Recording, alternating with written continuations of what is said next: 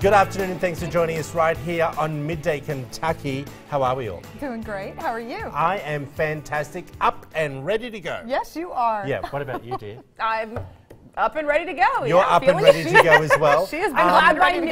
We're up and ready to go. So you had a chat with Mark Huckleby about his upcoming TV show. Yeah. Yesterday, that was exciting this morning. Good. We're going to find out about that interview a little bit later on. And yesterday I sat down with Alfonso, which I think is fantastic, from America's Funniest Home Videos. And because But best known from the Fresh Prince. Yeah. I was going to say, but the thing is, why? Because it's National Taco Day, and I have 5 interns and not one taco in sight. What do our interns do? It's a sin. They're over there. They're now just glaring at me. She's busy doing your social media. I just wanted to know, why don't we have tacos? I don't know. We could be Executive eating tacos. producer, why don't we have tacos? We should have called Taco Bell. We did taco soup on Wild Time this Oh, good. Well, morning. that was my idea. good. And it was fantastic. Good. You think it's your idea. Okay, I'll leave that alone.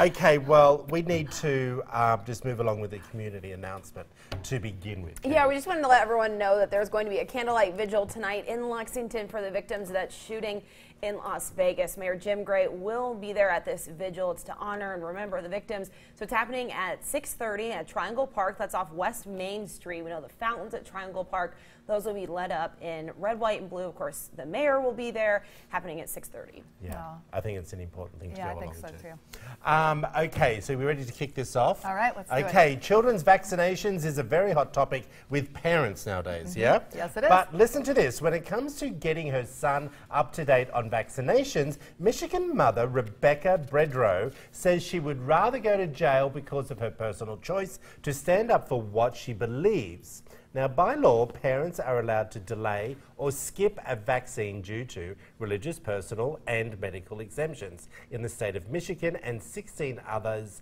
across the US. Now, guess what? The latest update of this. Now, do you know the background on this story? Well, you probably should share it. I'll share it a little bit to begin with. This was a custody battle from a divorced couple of their 9-year-old son, and they agreed to vaccinate their son over a period of time. Okay. So the father agreed to spread it out. The mother and father, Right. but she has Right. she has, I believe, 50% custody. He has the other. But she's kind of the driving force She behind is the this, driving right? force. Okay. Yeah, And yeah. so he agreed to it. Yes, and they went to court. Everything was agreed upon, plus other things in regards to their son. Okay. Now, she hasn't done the vaccinations. Okay. So the court ordered her, not just about the vaccinations, there were other things that she had to court order do, and she hadn't done them all. But she's making out that the court is ordering her to do vaccinations. But as of today, she was due back into court today at 9 a.m. And she has now been she's been sentenced to 7 days. She was found guilty for not complying, and she was found guilty and given 7 days of not complying with the court order. A part of that order was making sure the children were vaccinated. Here's the thing. The husband has gone on and said, you know, he understands. It was ordered by a court to vaccinate her son in November 2016 and hadn't complied. The case is stated instead about Bredrow refusing to comport with any number of the court's orders. And I want to make that clear. It's not just about the vaccination. Here's the thing. How do you feel about that being a mother? If we had this law here, and do you believe in vaccination? Yes, I do. You do? Yes, Why? very much so. I believe they're important. I believe that we need to, as a society, we need to prevent infectious diseases from taking over our society, and vaccinations are a proven way to be able to do that. Now, do I think that you should have all of those vaccinations all at once into a child, like 10, or, okay, it's probably closer to 6 to 8 different vaccinations in one shot into a child. I have my reservations about that. So with my second child, I did spread mine out, and I had no problem doing that. The doctor's office didn't have any problem doing that. Does it cause a problem having it spaced out? No, it does not. It does not at all. Okay. It's just, it's it doesn't more expensive. Weaken the process? No, actually, it doesn't affect it in any way, shape, or form as far as that goes. It gives it time. For me, just personally, I felt like I wanted to have them spread out and not put all onto the child, into my child's body all at once. So I understand the mother's need to want to spread those out. No, so that's not the issue. They all agreed to do that. Exactly. But then when it came time to have it all done, she refused to do it. And that was against the court order that was agreed upon between her husband and herself during this divorce. So that's why she landed in jail. It wasn't because she didn't believe in vaccinations. It sounded like she did believe in it, that she did believe that they were important. She just didn't follow the court order. No. Yeah, she should go to jail. The dad has equal rights. Right. They had a legally binding agreement. Right. And she's violating a court order. Yeah, she should go to jail. She has to go to jail for it. And that's another thing that I sort of, as part of this, I just wonder, you say that she should go to jail, but we don't know what the other parts of the court orders were.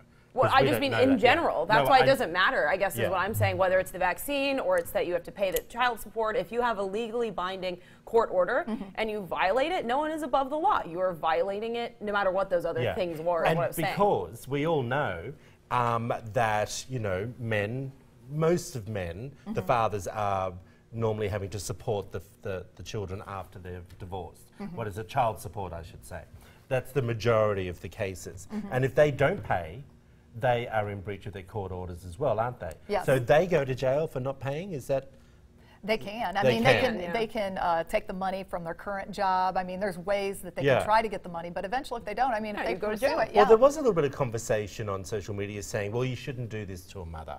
You shouldn't be making her go to jail if this is the situation. Well, if it's good for dad for not paying support, it's good for her. Yeah. And I'm not saying that he doesn't pay support. I'm just using this as an example. Yeah. Well, she agreed to it. It was court ordered. She agreed to it. Why did she back out? What was her reason for that? She's now just saying her beliefs changed. But I think when we say the people arguing, she's a mother, she shouldn't go to jail. There shouldn't be special treatments with the law. That's what I'm getting. You know, if you're a parent or you're single, gay, straight, black, white, whatever. If you break the law and there's a jail sentence attached to it, everyone should go to jail. And it's sad that sometimes that obviously doesn't happen in the legal system, but she should go to jail. It doesn't matter your other circumstances. You violated it. Good. All right, let's hear what you think about it. We've put it up on our Facebook page on Midday Kentucky. Go on there and tell us what you know about the case and how you feel, whether the mother has been charged accordingly for her responsibilities. Hey, something interesting, Lisa, you brought up is a new study. Is it about diabetes being contagious? Well, it's studies that are being done now, and it's a different way of looking at diseases like diabetes, Alzheimer's, obesity, things like that. Right. Most people don't think of diabetes as the same way as catching a common cold.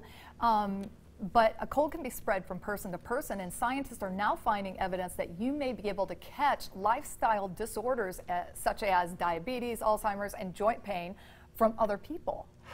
And what they're saying, it was really interesting, and the studies obviously need to be done with this. This is just in the very early stages of what they're finding, but last year scientists found that a bacteria from the gut that had been linked to conditions such as inflammatory bowel disease and allergies can form spores. And these tiny hibernating seeds that are given off by live bacteria that that can survive and multiply.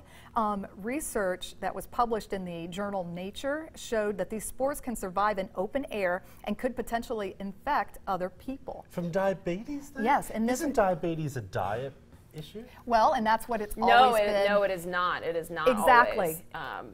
That's a major misconception. Yes. There are certain types brought on, but sometimes it's genetic. Right. No, yes. It's not always lifestyle. Sometimes it's genetic. Not always lifestyle. Is it no, genetic? It is not. There, I know fit people that have diabetes. It's not brought on by lifestyle. We should actually bring someone on to talk about that. I think we did, but maybe I didn't listen to that part.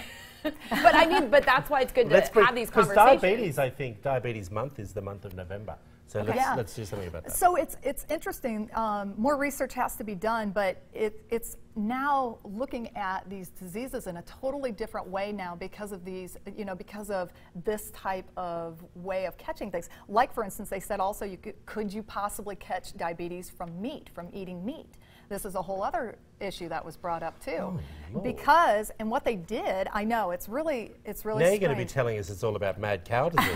Well, and that's exactly the example that they used in this story too, was that that they believe that damaged proteins such as prions that could be in meat, which is responsible for mad cow disease, is the same. It's very similar. What they said was they did a study looking at healthy mice, and they injected the pancreas, which is responsible for releasing insulin in our bodies to help keep our sugar levels stable. And it goes awry when people have diabetes. Well, what they did was they injected those prions into the pancreas of these healthy mice, and they found immediately, within 2 weeks, the mice started to have sugar level issues, and they had all the symptoms of diabetes onsetting within 2 weeks. And researchers already knew that the pancreas had collections of damaged proteins, and they thought that it was from diet. They thought it was from lack of exercise and things like that. But what they found from the study was that this could be the reason why thin, healthy people are getting diabetes also. So it's in the very early stages, but they said they are going to be doing lots more research. It opens up all new doors for research looking Interesting. at this. And like I said, go onto our Facebook page at Midday Kentucky. Tell us what you think. You've got the whole article up there as well. Yes, I do. Fascinating read and also good information, Lisa. We know we give you fun of the studies, but that was a good one. Well, thank you. That was a good study. You stayed awake through the whole no, thing. I did. I was like, okay, that's good. I don't need a drink.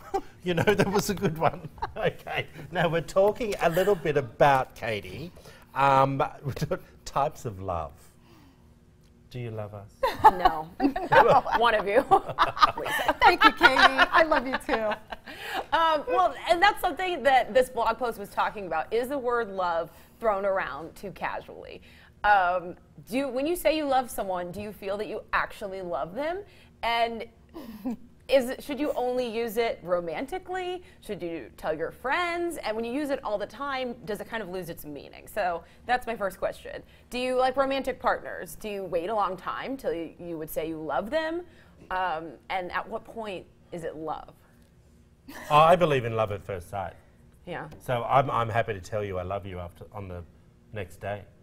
Because if I'm that into you, or if I've fallen for you, we all know that did happen to me, and I'm okay with saying I love you. And I remember when I said it, I thought, oh gosh, I hope they feel the same. And it was like, I believe in love at first sight. But do you think the word love gets thrown around too casually? I think it does here. Okay. Yeah. Not in Australia? No, not really.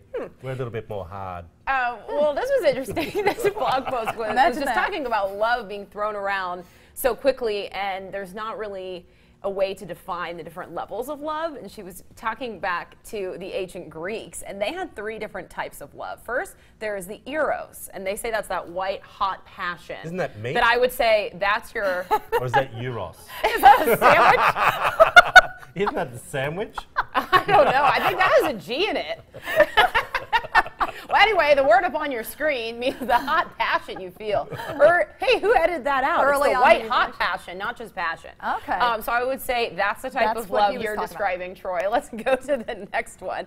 This is philia. They say this is the deep, abiding friendship that you would develop over time. You can't feel this right away. So yeah, I agree on that. That's a deeper love. But if you've already said I love you, how do you communicate this deeper love than you have? And I'd say, Katie, I feel ya.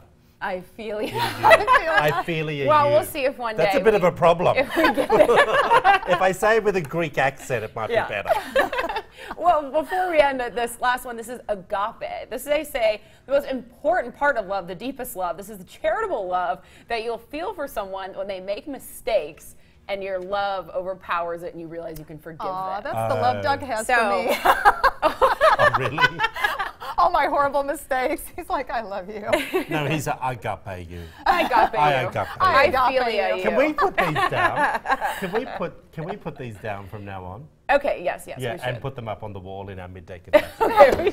Hey, Katie, as always, it's time for you to give away your weekly. I know, but this is really exciting. So everyone knows I've been doing weekly giveaways from Stephen Lawrence, where I've been getting some fabulous outfits, and this week they're giving away a $100 gift card. So you can get a whole outfit, 3 outfits, shoes, accessories, everything for that. So go to our Facebook page right now. That's Midday Kentucky. Just search on Facebook. In the break here, I'm going to post a picture of my outfit today. All you have to do is like the photo, and you're entered to win and get a $100 gift card to Stephen Lawrence. So head over to the Midday Kentucky Facebook page. Fantastic. Well, after the break, we sit down with Dr. James Stillwell, and we're going to be talking all about bullying and what we can do to prevent it. I think it's seriously important. Yes, You're watching Midday Kentucky, everyone. Stick around.